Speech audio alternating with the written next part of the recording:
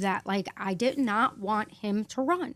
You knew that. No, I like, I know. You know, we talked about it. I didn't want that divide. I didn't want it, but exactly, we didn't. No. And that's why I said once I saw what happened with the petitions, I couldn't trust you. I knew right then and there again. Okay. For the third time. So I got played. I have no called idea you what and you're Dan talking to about. get my kids out of trouble. This is what was told to me, and Again, then just the a lie. whole, and then I'm just the gonna swear whole. on my life, my kid's life. I don't even know what you're talking about. So Never heard that. You mentioned that once before. I'm like, what the hell are you talking and about? saying like, oh, are you, you know, is so yeah. If I did, which I don't recall ever asking how your relationship was, and if I did, your mind went to a negative place.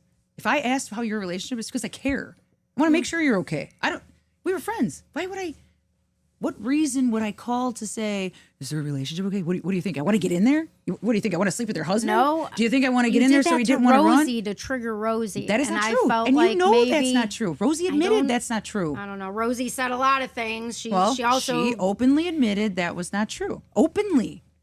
I created my own table of people that I can trust and I can work with. Not one Democrat. I never invited one Democrat. No, I'm not. You're not working with Jessica Barnes, Sherry Cooling Boeing. Nope. None of them. No. And in fact, a little girl, like you don't first and want foremost, that. There's only 24 hours in a day. I have to sleep at some point. I get it. I'm at the Village at 8 a.m. I till get it. at least 5 o'clock every day. If But I have you a board meeting, actively worked against us, is what I'm saying. wait, Chrissy, please. But you could have. I wish I had a reset button for you, just to reset you all over, because you have this perception that you just want to like think I'm like this evil villain, that I'm always against you and I'm doing this.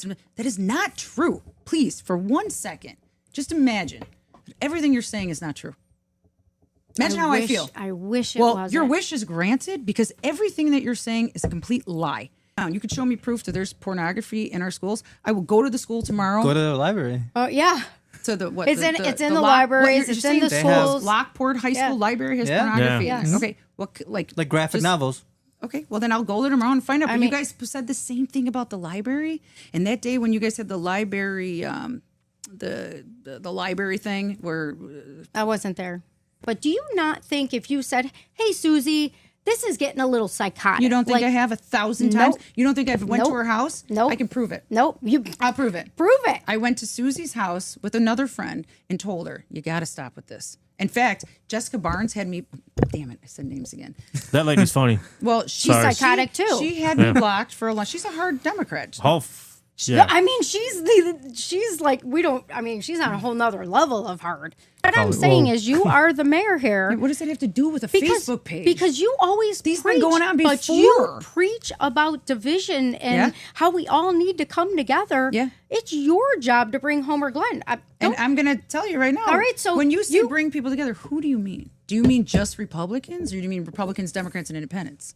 I don't listen. I don't care to ever, because our community is together, and they are Democrats are I don't care about associating with them. I don't. Yeah, you don't have to. I really don't. No one's ever Neither said, did you. You don't have to associate with these people. You choose to. Okay. You went to their side because No, you felt Chrissy, because they gave you again. a seat at the table, No. Christina. No. Ellen I called told Ellen. Ellen said you I called. did. I Facebook messaged Ellen because I don't have her number. Don't talk to her. I Facebook messaged her and said, "Here's my number. Call me when you can. I have a question to ask you."